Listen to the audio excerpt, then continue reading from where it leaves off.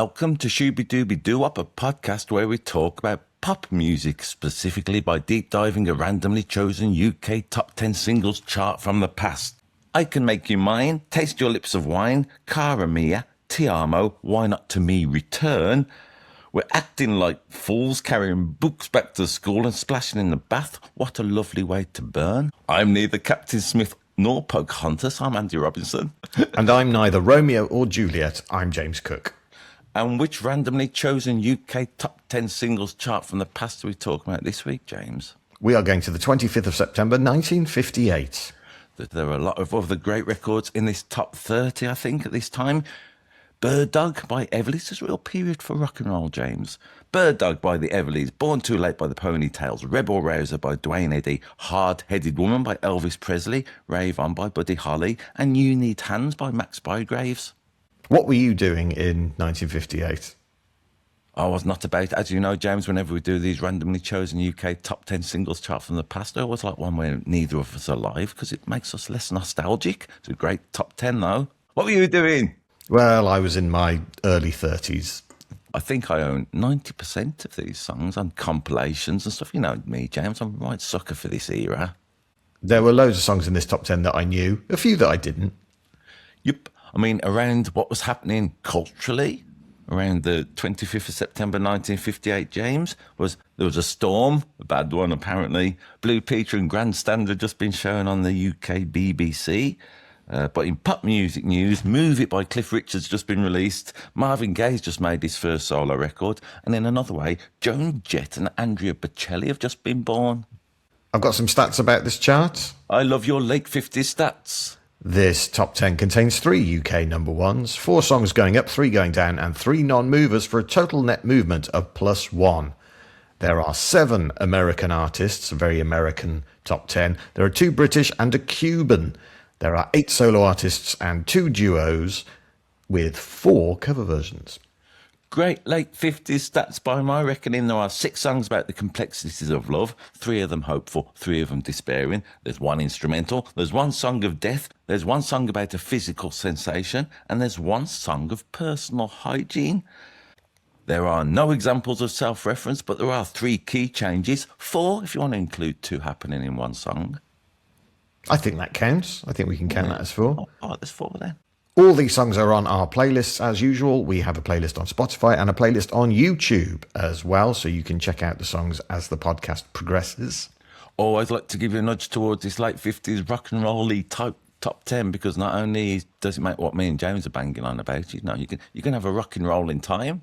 And there are another half a dozen songs in our playlist that are in the top 30 on the 25th of September 1958, but never get to be in the top 10. But we will talk about them in our bonus tracks, or should I say, we'll be yakety-yakking about them.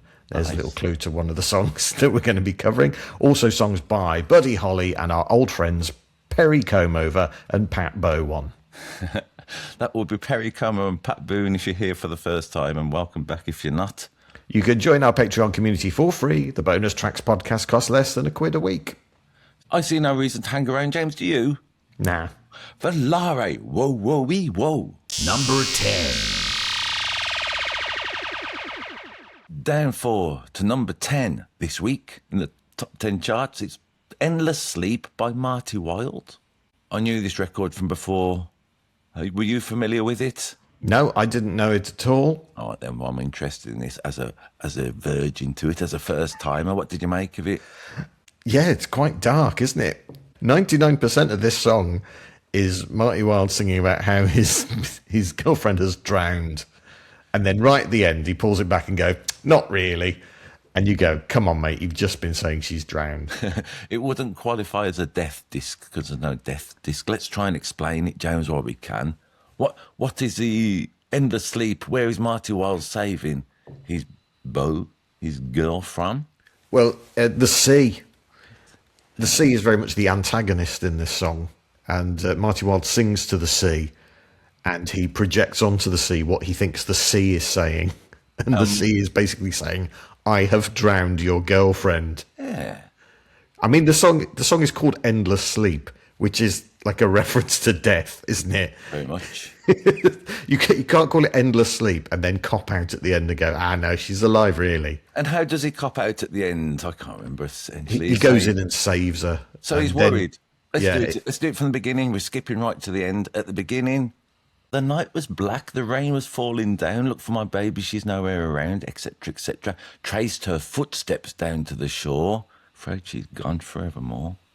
Yeah, and then he looks at the sea, and the sea seems to say, I took your baby from you away. And then he hears a voice crying in the deep, come join me, baby, in my endless sleep. He's now imagining his girlfriend saying, hey, being drowned is great. You should do it as well. And as we alluded to, the little twist at the end is, what's he saying? Ran in the water, heart full of fear. There in the breakers I saw her near, reached for my darling, held her to me, stole her away from the angry sea. And then he flips the chorus on its head and says he sings it to the sea. Yeah. Take that, sea. She's mine now.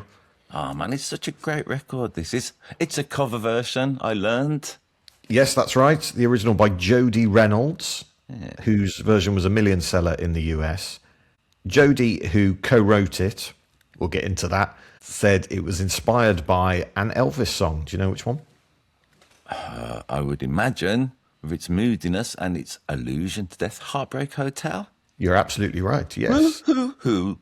500,000 pop points to me. And Jody Reynolds said that the guitar riff came from his childhood memories of hearing the funeral bell in Oklahoma. Did he?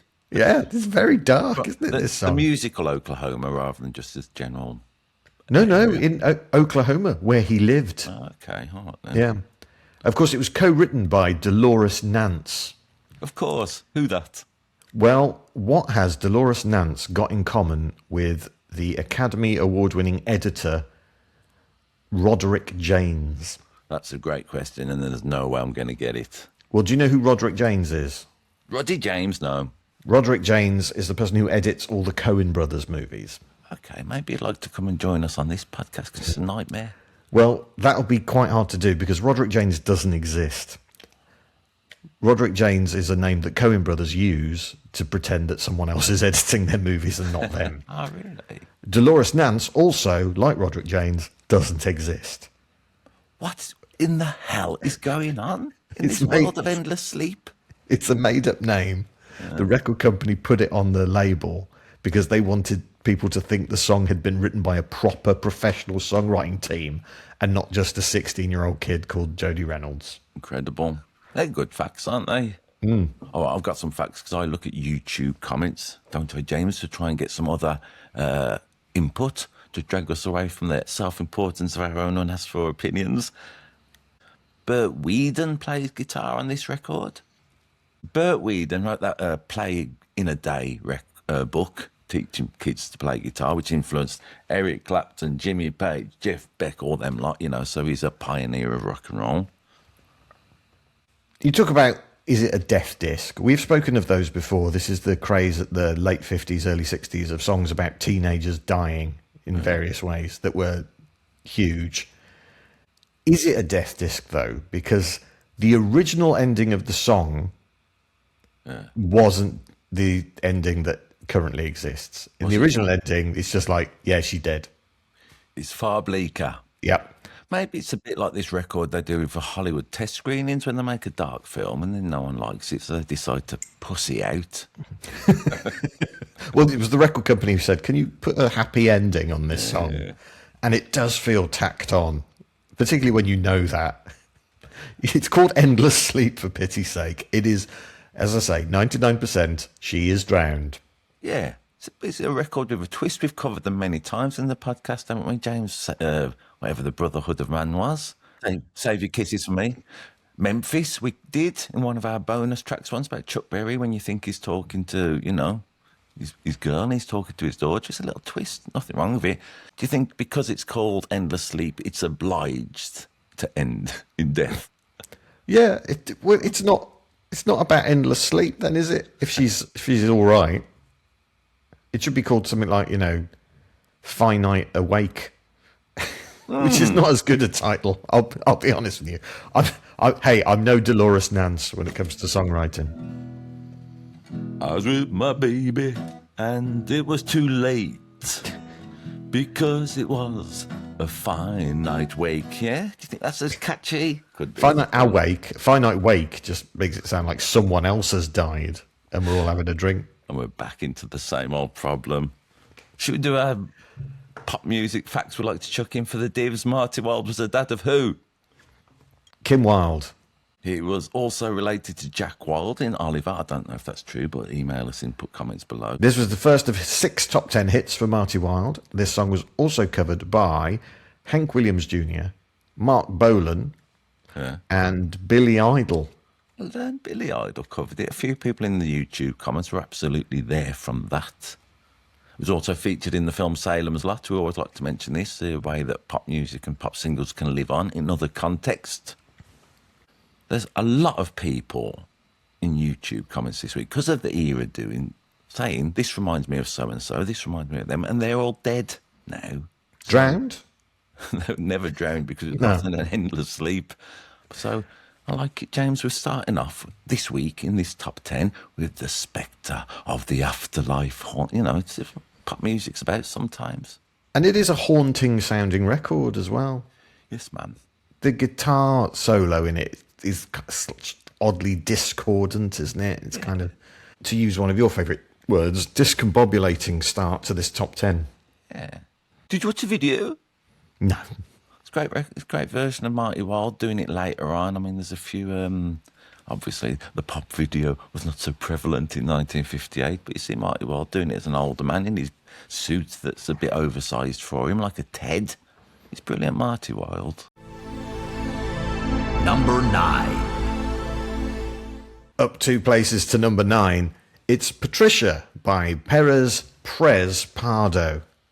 Is it Patricia or is it Patricia? My nan always used to say Patricia. I think it's Perez Prado as well, rather than Pardo while we're here. What did I say Pardo? Yeah, I beg your Pardo. I never promised you a rose gardo. I hate it when a record is called after a Christian name because I have to scroll through loads of people. My name's Patricia and I like this. However, in this case, there was loads of my grandma's called Patricia and she's dead now, so, you know. It is your nan's friend, isn't it, Patricia? Yeah. This was the last American number 1 on their top 100 chart. What do you mean? Well, you see, after this got to number 1, they changed it to the Billboard Hot 100. Oh, I see. Okay, so this was the last one before they had that change. So big hit in America, sort of medium-sized hit over here. But, oh my God, it's a lot of fun, isn't it?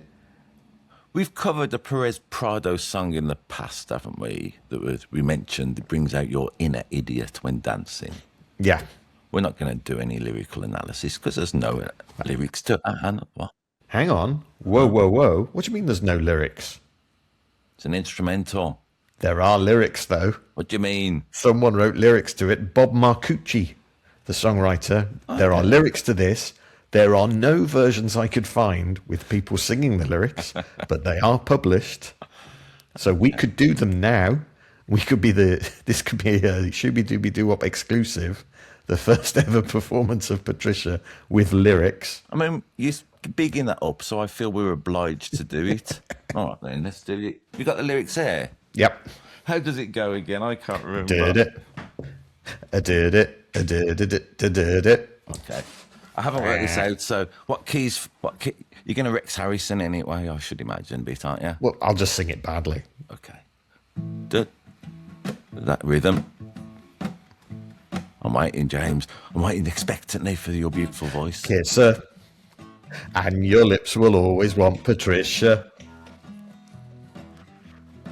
Stroll her.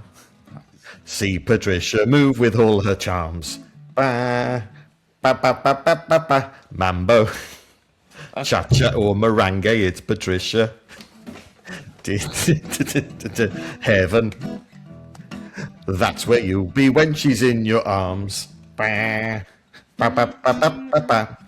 Yeah. And it goes on a bit. Goes on about how in Japan they have a geisha, but in America they have Patricia.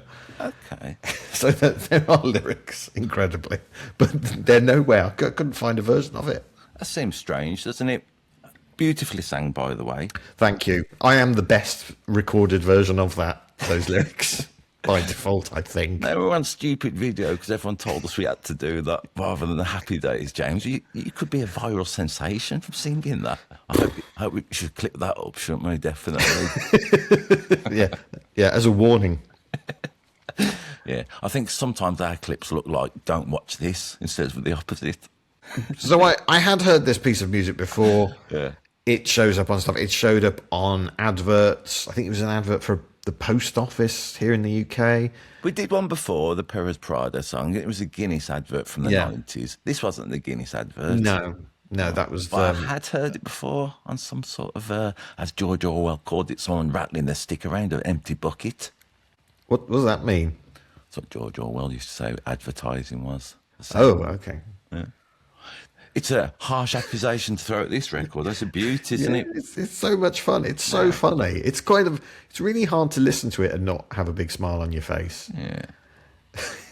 On YouTube, Curious says, one thing that's really cool about this song is that the melody and harmony have a Latin feel and the percussion is a laid-back swing feel.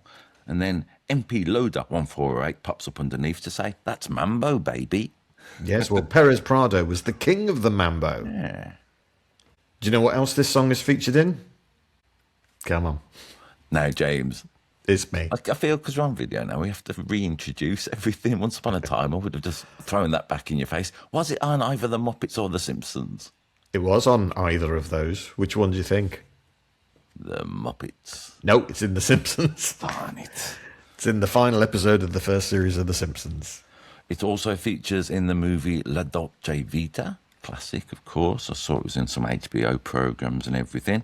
I also learned on YouTube that 4 years later, Perez Prado did another version of this song called the Patricia Twist. It wasn't as big a hit. What's been quite fun this week is starting this chart with the Woman Has Drowned song and the Suicide Teenage Death Cult song, and then going straight into this. Yeah. It's a real pick-me-up. It's discombobulating. Did you watch a video? No. It's a really good one. Now, because obviously there's no visuals for this, someone has put a clip of Fred Astaire and I think Ginger Rogers, excuse my dreadful patriarchal ways, but it's from another film, and they are roller skating around a little park to this record. And because of the beauty of this music and because of the skills of that dancing, it sort of fits perfectly. It's a great thing to watch. Should point this out, James. We should thank everybody on YouTube who makes their own videos for records. I think it's yes, namaste, we love you. Number 8. Down one to number 8. It's Charlie Drake with Splash. Another cover version, oddly enough. We should point out originally by Bobby Darin. In fact, this week that version is at number 30 in the charts, but it only peaks at number 18. This one peaks at 7, so it's 11 better. It's 11 better. That's how we measure it, isn't it, James? We don't bother with sales. We just go for the cold, hard numbers. Charlie Drake, we should explain. I mean, Bobby Darin, sort of everyone knows. Who the hell is Charlie Drake? Well, he was a comedian, actor, all-round entertainer. He was only 5'1". His birth name was Charles Springall. His catchphrase was, "Hello, my darlings." "Hello, my darlings." I remember him from seeing him on the telly on the 70s. When I was growing up a bit, the late 70s. I remember seeing Charlie Drake. He was still working 20 years later. Yeah, and I remember in the 80s he was still knocking around as well. But around this time, late 50s, early 60s, he was becoming like the biggest comedy star in the UK. Maybe not in terms of physical stature, but in terms of popularity. He had his own series. He has a hit single here. This is his only UK top 10 single, by the way. A cover of like a rock and roll classic. He does a great job of it. I was expecting more of a comedic take on it, but it's particularly when you hear the beginning. When it's like, "Oh, I'm just going to put the water in the bath." Yeah, you think, "Oh, is this going to be tiresome?" Makes me feel good, lovely. You think this can be annoying, but Yeah, he really goes for it, including on the yeah bit. He really goes for the yeah, doesn't he? Yeah. And that kind of takes me out of it a bit, Because it sounds like someone cosplaying as rock and roll, which I know he is doing. You wouldn't know that if you didn't know him already as a singer, though, if you just heard it and Charlie Drake was a one-off rock and roll artist. I don't think you'd be thinking this is... I mean, the important thing is it's the first record of this week with the key changing. So the premise of the song is a guy is having a bath and then he opens the door somehow while in the bath. So it's not a very big bathroom. And there's a party going on in the corridor outside the bathroom. Yeah. Which he had, up to that point, been completely unaware of. It's a unique subject. I've never heard another record do it, have you? No. Yeah. When you consider all the things you could be doing in the bathroom while a party's going on outside, having a bath is fine. I mean, you don't want to call this song Plip Plop. I don't like that subject. I think you do that deliberately for me sometimes. Also, while he's outside, who's having the party outside? Loads of characters, archetypes of rock and roll. Well, a few of them at least. Peggy Sue's there. Good golly, Miss Molly was even there too. Also, there was Lollipop. Okay. Lollipop, lollipop, oh, Lollipop. Who wrote the song then? Not Bobby Darin. Yes, Bobby Darin. Okay. And I do not know. Gene Murray. Oh yes, who that? Who's Gene Murray? I don't know. Is it a Dolores Nance situation where they're not real? No, they are real, but it is a pseudonym for Murray the K. Okay. Friend of the Beatles. Yes, the radio DJ, Murray the K. And his mother, Jean. Either Jean came up with the line, Splish, Splash, I was taking a bath, and then Murray bet Bobby Darin he couldn't use it in a song. Okay. Or there was no bet involved, and Gene Kaufman, who'd been a vaudeville pianist, had an idea for a song called Splish Splash, Take a Bath, and she came up with the tune but got Bobby Darin to write the rest of it. Okay. Either one of those is true, depending on who you believe. Like the notion of a DJ helping contribute music to the world, James. Yeah, and the DJ's mom. Yeah. In this case. Who else should have had a songwriting credit on this, arguably? Which other famous 50s rock and roller? Go on. Well, the Movin' and a Groovin' lyric yeah, is lifted from a Dwayne Eddy song called Movin' and a Groovin'. Okay. And apparently Bobby Darin asked Dwayne Eddy, is it all right if we put that line in our song about having a bath? Yeah. And Dwayne Eddy went, yeah, that's fine. In fact, he said, that's just music. We share little bits of melody and all. Good old Dwayne Eddy being reasonable. I mean, he didn't have to ask Buddy Holly about mentioning Peggy Sue. He didn't have to ask Little Richard about mentioning Miss Molly. So, you know. Well, there's also a story that apparently the Molly that is referred to in this song is Molly. Hard drugs. No, it's not always hard. I mean, it could be. But it could be a reference to Molly Epstein, who was Bobby Darin's high school English teacher. Okay. I feel that's a bit of a stretch, personally. Yeah. I also, as another stretch, he was also Charlie, I'm on about. He was the father of Drake, the Hotline Bling fella. Yes, yeah, from Canada. I think that's right. Yeah, that's probably right. Who produced this record? I do not know again. Look at the facts, Andy. You can work this out. Okay. It's a British rock and roll version sung by a comedian. It would be George Martin. Yes, George Martin. Indeed. So there's two Beatles references in this song. You've got Murray the K and George Martin. Yeah. And George Martin puts in the bath noises, which he sort of nicked from Bobby Darin. But again, George Martin exploring sonically, very useful for later incarnations. Yeah, I hear that he kept trying to get the Beatles to record in the bath, but they wouldn't have it. No. Charlie Drake would go on to have other songs. I think most famously, My Boomerang Won't Come Back, which is slightly problematic if you listen to it now. Who produced his 1975 single, You Never Know? Not George Martin again. No.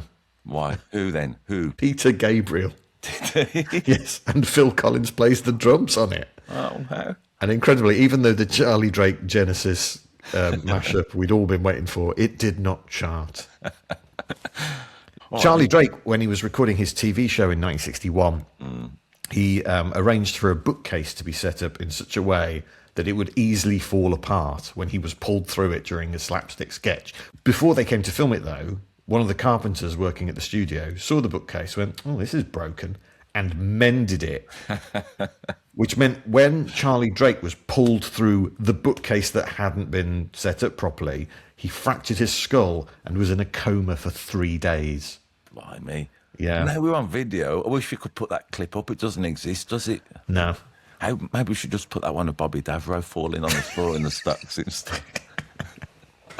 Dole5785 says, I couldn't give a toss about Charlie Kirk. World would be a better place with more Charlie Drakes. Oh, okay. For a second there, I thought they got it completely wrong. They thought this was Splish Splash by Charlie Kirk. I'll say this, though. I can't remember the last time I had a bath. Okay, now we're on to the important stuff. Thanks for joining Shooby Dooby Doo Wop. Why not? Do you not enjoy a bath? I'm a shower guy. Okay. Do you bath often? I bathe in milk, not ass's milk. Is that what that smell is? Number 7. Up to number 7. It scandalously, in my opinion, only gets to number 5. It's Fever by Peggy Lee. It's a scandal. You would think this would be a number 1 forever, wouldn't you? I love this. I think it's amazing. I think it's so cool and smart and catchy. Well, you are obviously familiar with it before. Let's call it laughably the research for this week. Yes, yeah.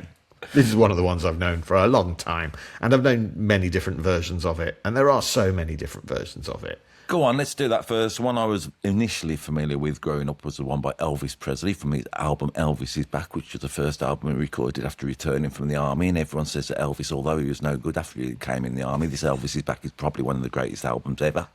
Also, people who've done it, James Brown, Susie Quattro, The Cramps, Michael Bublé, Madonna, Bette Midler, and the 1969 Chicago Cubs. Who can forget that version? And while we're here, it's also appeared on adverts for Jockey, Underwear and Bumble, all that stuff. It was in Osmosis Jones, it was in The Queen's Gambit, it was in Spider-Man 3, it was in Married with Children, the old sitcom. So, you know, its cultural shadow looms large. And it's so minimalist. Do I mean that? Yeah. Yeah, because for most of it, it's the bass, it's clicking, it's the drums doing whatever it wants. Whatever they want. Yeah. I mean, that, you know, the finger click noise, Stephanie Peter says, I can't sing it, but I like to click with the beat. It's reminiscent of a couple of the other songs we've covered on this podcast before, 16 Tons and King of the Road. Okay. With the finger clicks. Yeah, but just also the sort of the stripped back nature of it. Oh, cool. Who wrote it, please? Was written by Eddie Cooley and John Davenport. Yeah? What are you doing? What are you doing the finger rabbits for? John Davenport's not a real person. What the hell is going on in 1958? Actually, that's not true. John Davenport is a real person, but it is also a pseudonym for Otis Blackwell.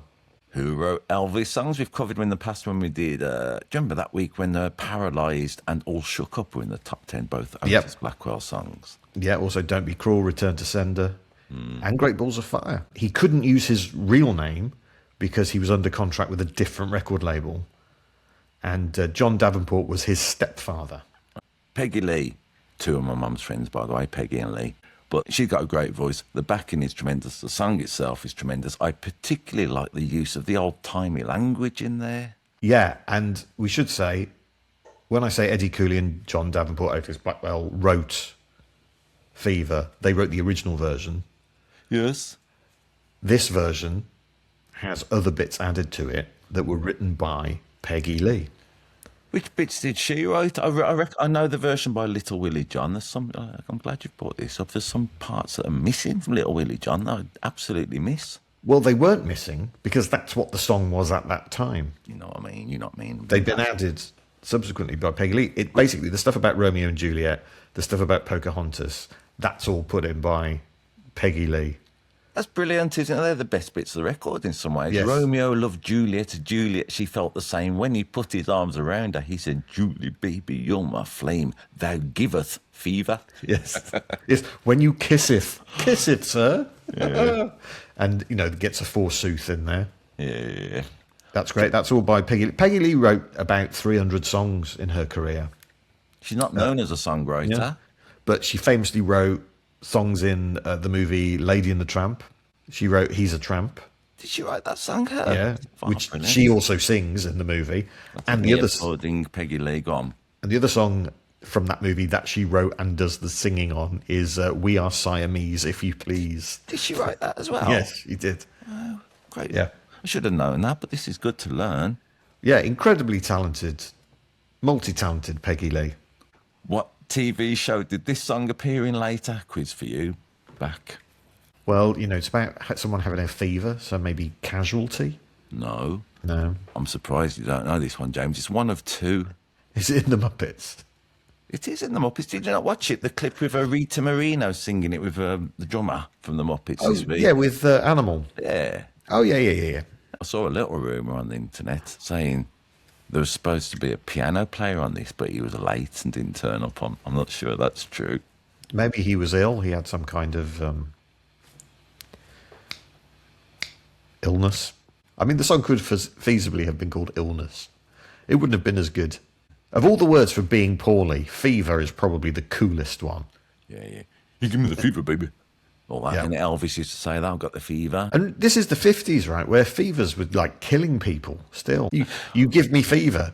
And she means it in a kind of sexy, hey, I really like that you give me fever way. But, normal people listening to that are going, ooh, no. You don't want the person who gives you fever. I suppose it's a rising temperature she's really alluding to rather than, having to be in bed coughing your guts and blowing your nose. Now you've listened to my story. Here's the point that I have made. So it's got a point. And then she says, chicks were born to give you fever. Now, James, with your sensibilities, I'm going to say you're not so keen on Peggy Lee saying that. Chicks are born to give you fever. Is that the reason?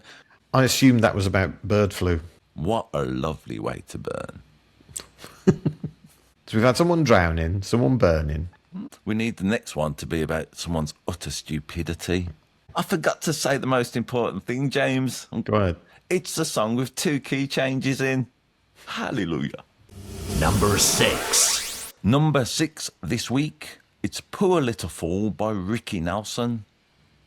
We've spoken of Ricky Nelson on this podcast before. Yeah. Former child star. Because what TV show did he appear in? I'm throwing your facts back at you. The Adventures of Ozzie and Harriet, who were his mum and dad. He's such a nepo baby. What Western did he star in alongside John Wayne later on? Oh, Dad. You told me this once. You told me Did this. I? Yeah. Rio Bravo. Rio Bravo. Sorry. It's all right, James. Should have known. No. Please. Let's be honest. I should be fired. It's a bad trick of me to throw things back that you've said. We've done so many facts. Yeah, what are we, married? Feels like it sometimes. Doesn't it? I did say to you before we start recording, if you don't know what you've done, then you'll just have to guess. So it could be that. Oh, I know what I've done. Okay, what did you make of this song? Were you familiar with it? I love Ricky Nelson. I didn't know this song. And to begin with, I thought it was fairly generic. It is generic. It's got the Yeah. chords in that we've heard many times. C, A minor, F, the 1, 6, 4, 5 chords. You know that so much from so many songs. Each time we have a quarrel, I almost break my heart, etc. Yeah, but listening to the words of it, there is something else going on there. Because he's singing all about how he's a poor little fool and this girl that he's in love with, but she's treating him quite badly. And you go, yeah, fairly standard. But then, of course, he reveals that that's what he used to do. It's got So another twist. Yeah, he's getting a taste of his own medicine. So you start thinking, yeah, Ricky Nelson, you are a poor little fool and you deserve it. Absolutely. Never struck me till very late, actually. This song it's like a folk song, really. It hasn't got, the verse could be the chorus could be the verse. There's not any middle bits, so to speak of. So it's just going around in it. So if I used to play around with hearts, they hastened at my call. But when I met that little girl, I knew that I would fall. I was a fool. I was, I forgot the copyright. I was in school. And then you think, he'll do something else, but it doesn't really. It just keeps going round and round with the verses, doing a lot of the, The lyric, just explains the story of it. Gets more and more complicated as it keeps going around in a circular motif. It hasn't got the chorus, it hasn't got the bridge, it hasn't got middle eight, it hasn't got guitar solo to speak of. Yeah, and it's super catchy because of that, because it's only one thing going over and over and over. Yeah. So actually, in the end, I thought, oh, okay, it's pretty good. Do you know who wrote it? No, tell me, please. When we spoke about Endless Sleep, that was written by a 16-year-old. This song was written by a 17-year-old, who we have spoken of on this podcast before. Okay. Sharon Shealy. Oh, yes. Eddie Cochran, she wrote songs with, and she's, yeah. Well, what else did Sharon? Now you're throwing back stuff. I only know about Eddie Cochran, really. Tell me more about Sharon Shealy. Well, this song was inspired by her short-lived romance with Don Everly. Go on. They had a fling.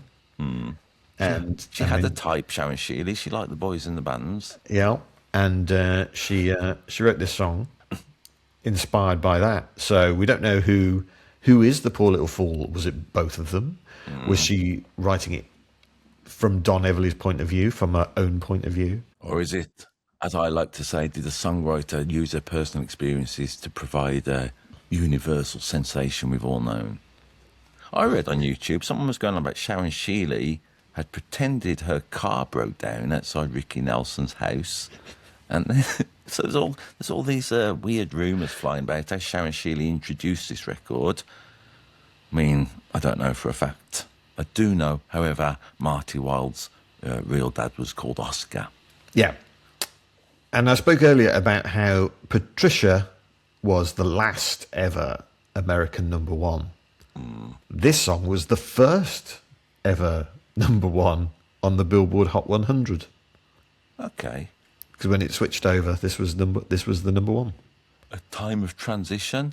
Yeah. So even though the American charts go back to like the 30s, the Billboard Hot 100, which still exists now, is when it starts now. So actually, the UK official chart is older than the Billboard Hot 100. Who sings backing vocals? More than a fool. Who sings backing vocals? It's the Jordanaires.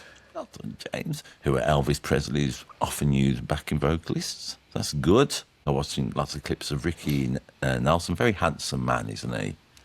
As Pat Melton says, rest in peace, Ricky. My husband is still jealous of you. Yeah, I mean, he died at time of recording about 40 years ago, so... It was weird. There was a lot of lust for him. But then other people, after Pat Melton made this, my husband is jealous of you, someone called My Friendly Pup pops up to says, then you failed him, shameful in a marriage, love only your spouse, do not lust outside your marriage. Right, judgy. All right, then, should we do a quiz about what other pop stars have said about fools? Yes, please. You have to try and guess who they are. I've got it somewhere. Feeling confident today, Andy. Oh, yeah. Yeah, I'm going to smash this. All right, then. Which pop star? Like, we've mentioned this before. We love the word fool in a song, don't we, James? It's one of my favourite words to have in a song. Just a winner. Particularly when it's sort of accusatory. Fool.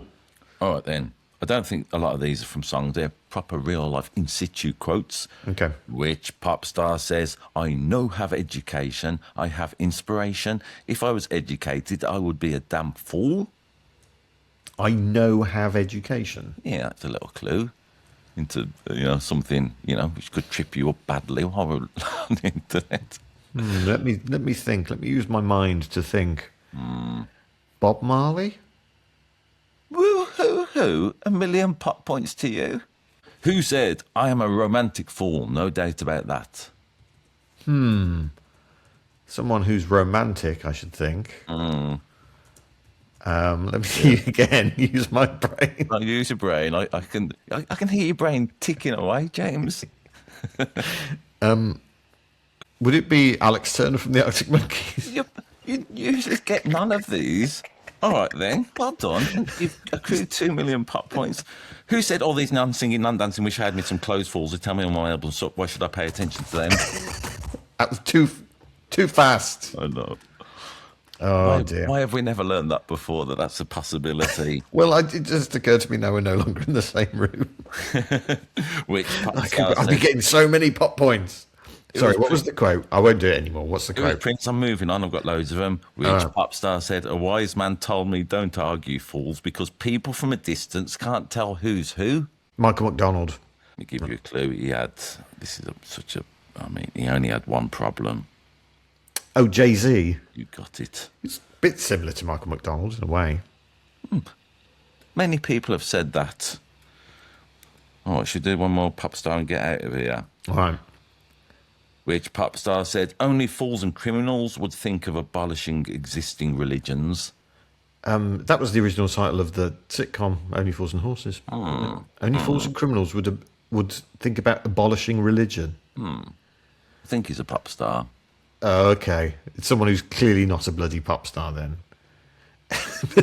A religious person? Is it the Pope? It would be Adolf Hitler. Oh, okay. Okay. All right.